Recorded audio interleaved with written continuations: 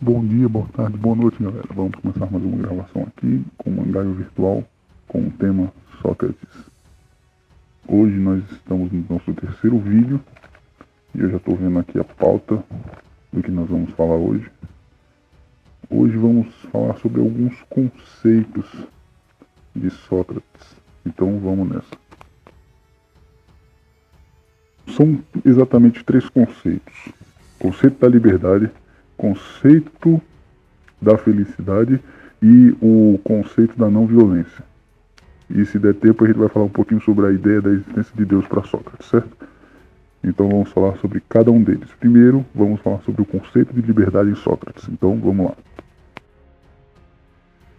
Olha, antes de começar a falar sobre a ideia de liberdade, vamos ter uma ideia aqui, vamos trocar uma ideia aqui rapidinho. O que é liberdade para vocês?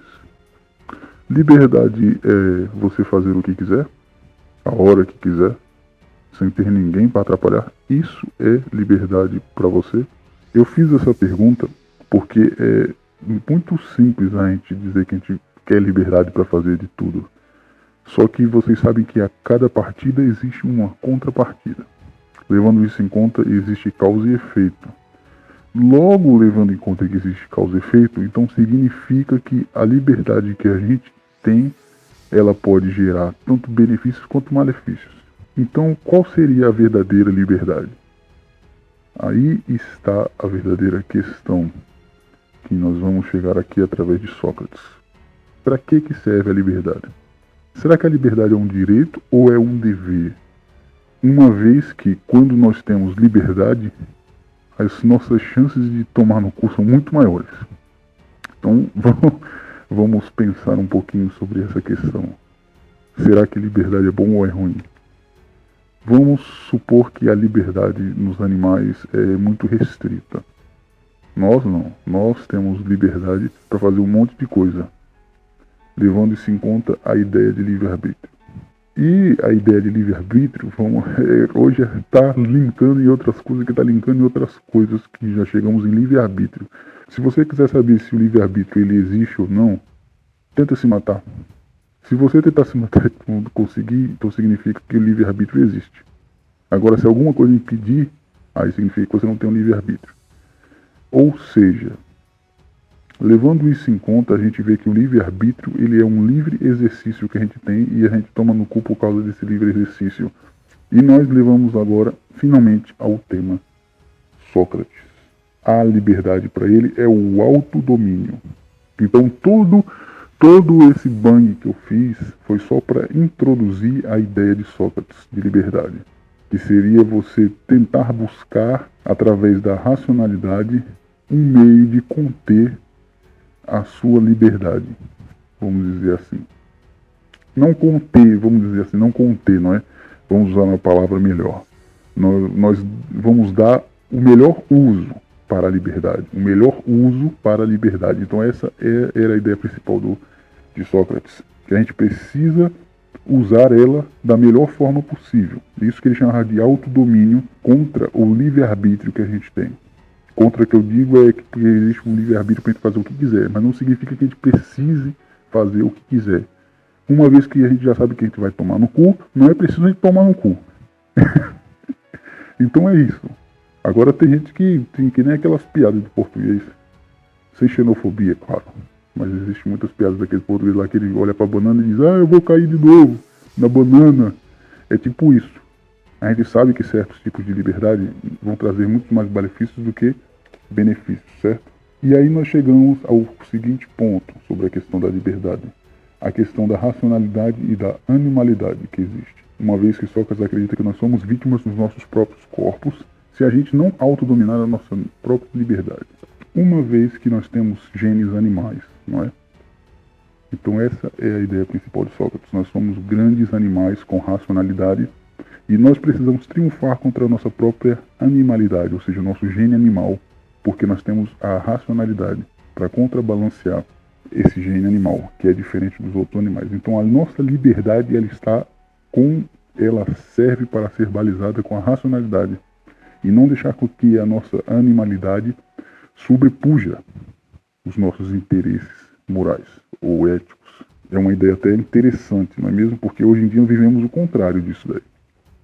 Hoje em dia vivemos a ideia de que nós precisamos ser animais, porque a nossa natureza é ser animal.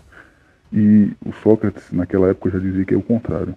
Nós podemos ter o corpo animal, só que nosso espírito, ele não é animal, ele é racional. Então, a nossa ideia é conseguir dominar, mesmo nós estamos biologicamente fadados a existir no meio dos mamíferos, não significa que a gente precise sucumbir à animalidade, só pelo fato da gente ser mamífero. Mas só que hoje em dia a gente vê que é o contrário, as pessoas querem confirmar que nós somos animais mesmo, e o que comanda mesmo são as emoções. Existem vários trabalhos que é desconstrutivista. Então, vamos para o próximo senso.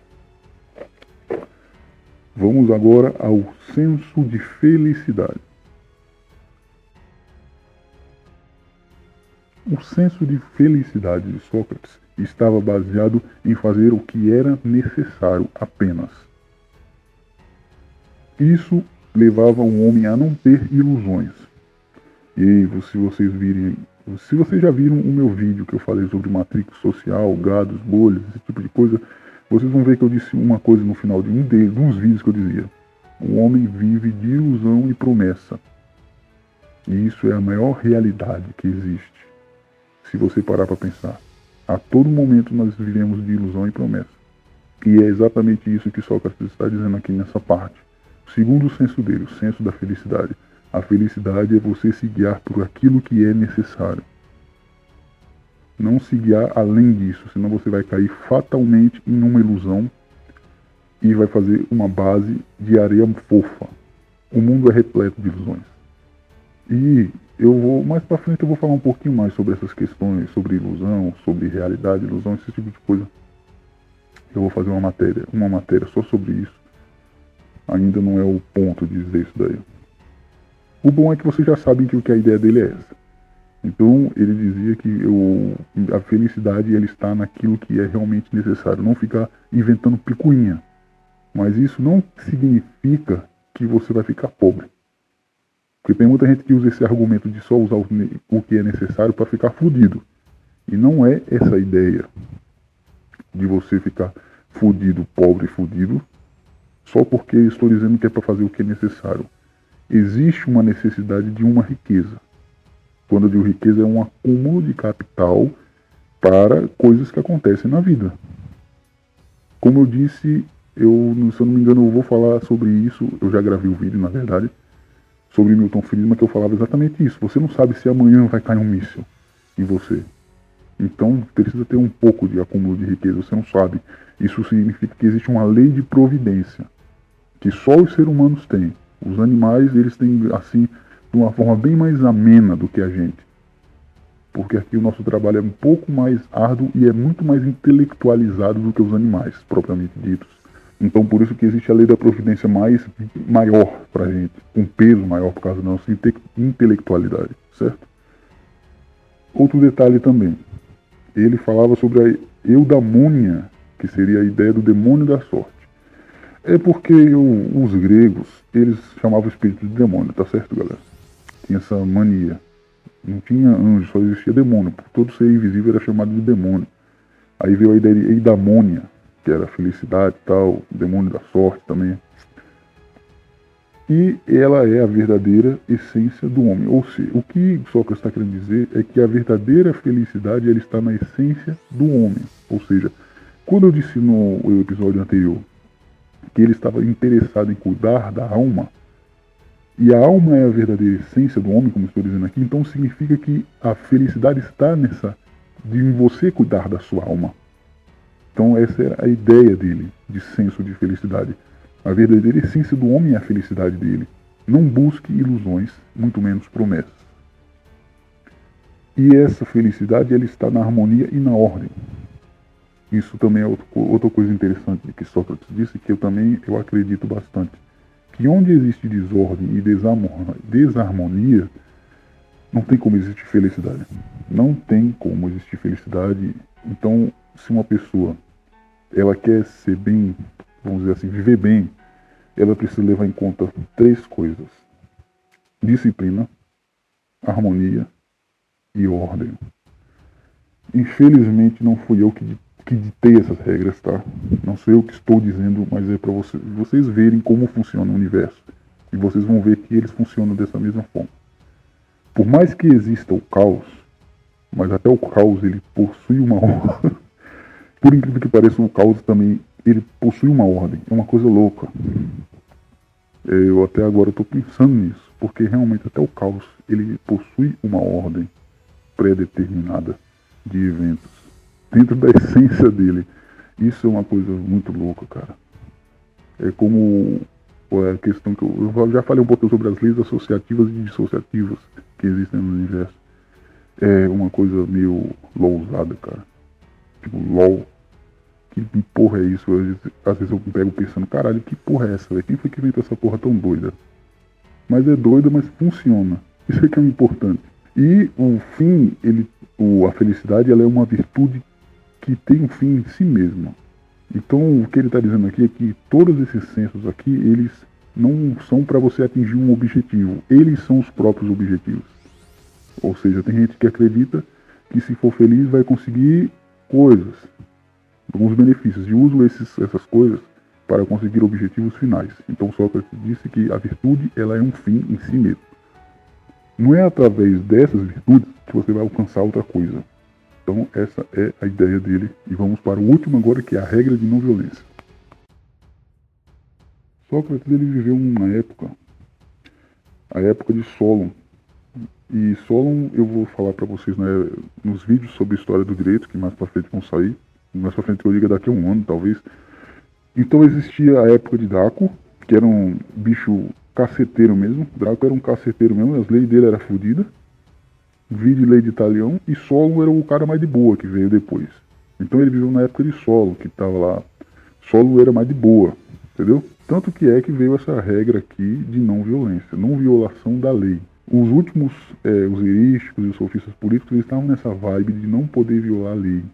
E Sócrates ele pegou essa ideia de não violação da lei. Mesmo que ela seja injusta, mesmo que ela seja filha da puta, mas você não pode violar. Tanto que é que ele morreu por isso. Ele não quis fazer a defesa dele, ele se tomou no cu. Então essa ideia estava permeada naquela época. Estava escrita na cabeça de qualquer grego a não violação da lei, porque a lei era considerada a natureza última. E quando os sofistas eles botaram um homem como o centro do universo, o homem como o centro do universo, eles também colocaram a lei dos homens como centro do universo também. Então, ou seja, não interessa a lei natural. A lei dos homens é que é a lei fodida. Então, houve essa consequência, tá? Antes de vocês falarem, só que essa filha da puta, lei da não violência, pacifismo, preciso falar com vocês que pacifismo não adianta. Pacifismo não adianta aonde existe guerra no coração. Eu digo que pra gente conseguir ser, ter paz mesmo, é num mundo regenerado. Quando eu digo mundo regenerado é que todo mundo faça o bem. Isso ainda está longe de acontecer. Sejamos realistas. E se a gente for seguir essa linha de pacifismo, a gente vai tomar no cu porque ditador adora gente pacifista. Então a gente tem que ter calma. Não ficar com esses negócios de pacifisminho aí. Mas também a gente não adianta ser bélico, fudido, sair tomando no cu, cara, pegar no tanque de guerra ali dentro da minha casa. Também não adianta isso. Eu já cansei de dizer aqui nesse canal. Se você tem inteligência pra usar, filho da puta. Essa é a ideia principal. A inteligência foi feita para ser usada. Cada caso é um caso. E cada um tem a sua inteligência para conseguir interpretar um mundo. Eu não posso dizer aqui para vocês uma fórmula. A única coisa que eu posso dizer é que se você for por excesso de pacifismo, você vai tomar no cu. E se for por excesso de belicosidade, você também vai tomar no cu. Então tem que ter um meio termo entre eles e avançar a humanidade para que no futuro não exista mais a belicosidade. Só que isso é um trabalho muito grande, que não vai acontecer de uma hora para outra. Nem se a gente tentar forçar isso, porque o ser humano ele não está evoluído eticamente. Então tem que se levar isso em conta. Não existe evolução ética ainda para a humanidade tentar pacificar as coisas. A gente só vai servir de instrumento para ditadores. Infelizmente é isso. E também sobre ofensas. Hoje em dia a gente fala qualquer coisa, as pessoas se sentem ofendidas. Qualquer coisinha que não goste, o diálogo, se eu já falei para vocês sobre o Zenão, eu falei sobre a dialética. Mas como vai existir a dialética se eu não posso falar nada?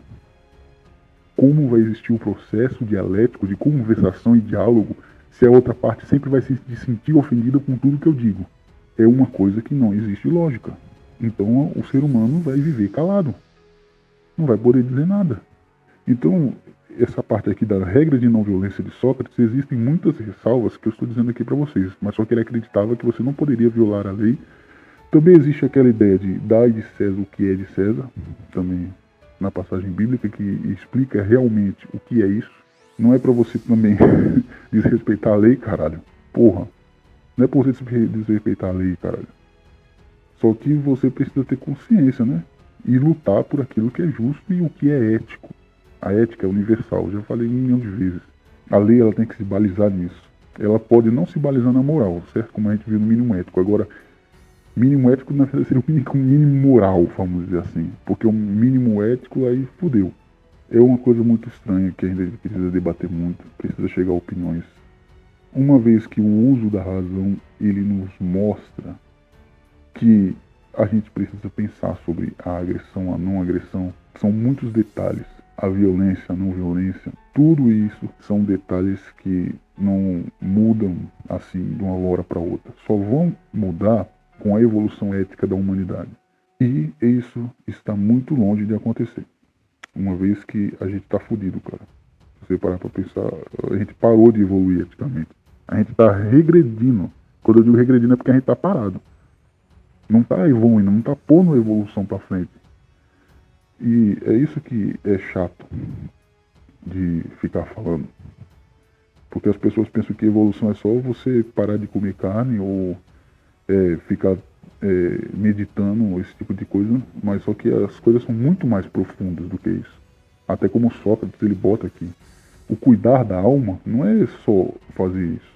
Mas você fazer o bem não é só você dar um trocado para um cara. Fazer o bem é você dar uma palavra legal que faça as pessoas pensarem, faça as pessoas exercerem a sua liberdade de forma correta. E qual seria a forma correta? Eu já cansei de falar isso daí. É a forma que ninguém vai tomar no cu, velho. Nem você, nem os outros. Sempre você tem que pensar nisso. O necessário, sempre o necessário e aquilo que você tenta que retardar o máximo possível para não tomar no cu você e os outros. Isso daí, se você levar em conta, já vai fazer muitas coisas. Não, eu acho que eu vou terminar o vídeo aqui mesmo. Vou fazer um outro vídeo só para falar sobre a existência de Deus e daimono. E o último sobre ou então dou uma introdução da autodialética dele, como é que funcionava a dialética socrática, que é um assunto à parte. Mas espero que vocês tenham entendido algumas das ideias que a gente teve hoje, certo? Gostou? Compartilhe. Não me leve a mal, claro. E tem que dialogar, cara. Não adianta ficar num mundo fechado. Então até a próxima aí.